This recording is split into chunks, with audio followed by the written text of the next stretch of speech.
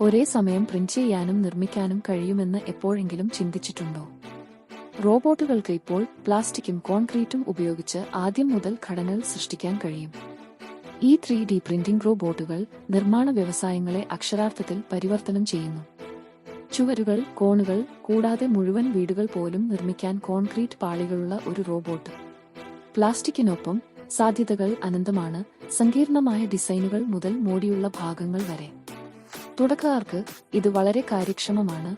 റോബോട്ടുകൾക്ക് coffee ബ്രേക്കുകൾ ആവശ്യമില്ല. കൂടാതെ എല്ലാ വിശദാംശങ്ങളും തികഞ്ഞതാണെന്ന് ഉറപ്പാക്കിക്കൊണ്ട് തോൽപ്പിക്കാൻ പ്രയാസമുള്ള കൃത്യത അവർ വാഗ്ദാനം ചെയ്യുന്നു.